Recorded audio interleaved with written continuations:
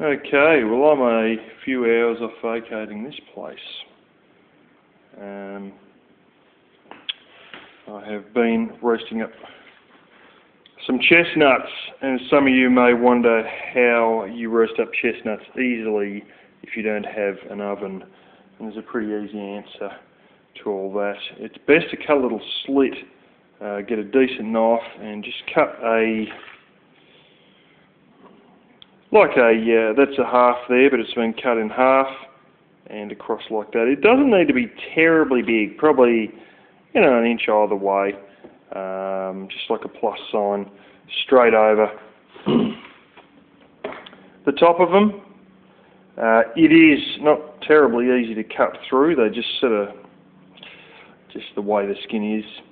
But so long as you can get, a sharp edge to go through that, then you should be all right. These ones I got on the cheap. They have quite a number that are sort of crap, basically. But anyway, what you need is a cast iron frying pan. You cannot use your standardised stainless steel one of which I have a couple in here.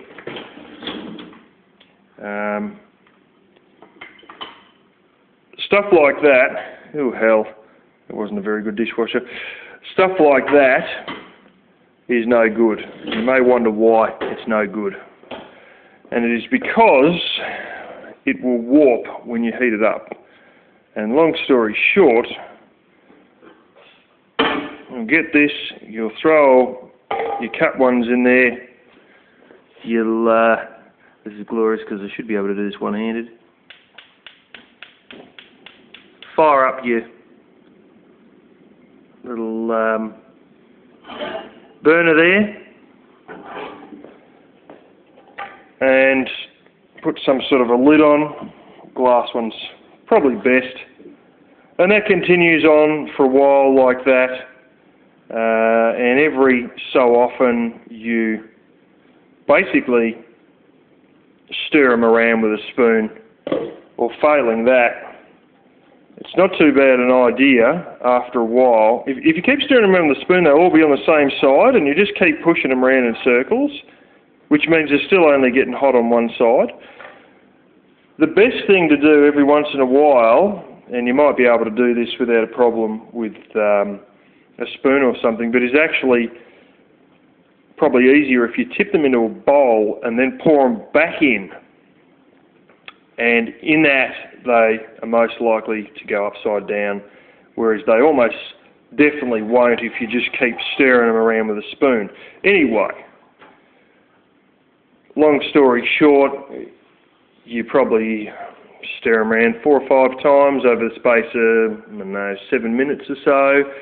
You really don't want much of a flame at all. And I mean, no big burners, just a small burner with a very small flame. And it'll probably take you around 7 minutes or so. And in that time, you'll stir them 4 times and maybe overturn them once, something like that. But anyway, that will lead you to a bunch of these, which basically you get your fingers in and you'll crack them open pretty easily. And what may also happen is you get like this secondary shell, and there's a bit of the fluff / pith, whatever you want to call it, on there. And with a bit of a push around, a lot of these ones aren't terribly good. I've actually the reason these ones are still on was because I couldn't get them off, but if I had a new batch, I'd show you that you can usually sort of, this one might do it, push them around a bit with your finger, and you'll get this outer layer to actually crack off. So they end up looking more like that, but that's another dud one. I should just cut all my fingernails. It's a bad move. Yeah. With the good ones, there we go. There we go. You'll get big chunks, and I mean you'll literally be able to peel off about a quarter of this stuff at a time. And after cracking it, you know, about 3 or 4 places, you should get most of it to, there we go, come off. Now, you do want to actually shell them initially from this point to that point, and preferably even to this point, while they're still hot. If you let them cool down, apparently it's not so easy to shell. There we go, we've shelled that entirely.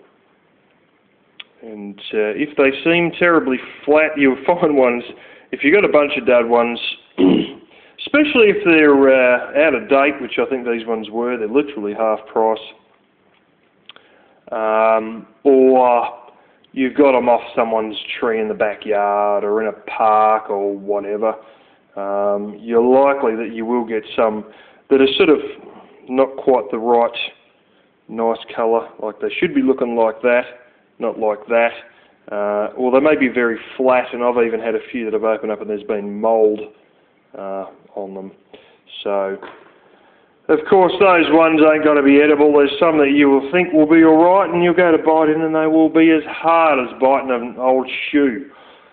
So, and your teeth literally won't go through it, as a couple of these ones have been that way. But anyway, I just thought I'd give you a quick rundown on how to do it. If you want to go really hack, and you have something like a biscuit tin or even a giant, well, you might have seen a long time ago, I got those giant tins of spaghetti, or, you know, even giant tins of beans.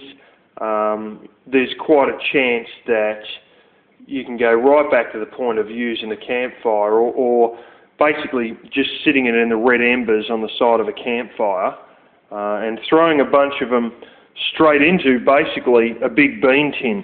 Now, if you don't know where to come across big bean tins, surprise, surprise, if you know what dolmades are, D-O-L-M-A-D-E-S, they're basically rice with a couple of spices wrapped in a vine leaf. And then they sort of sit in, packed in pretty tight on their own, and there's often a little bit of olive oil in there too.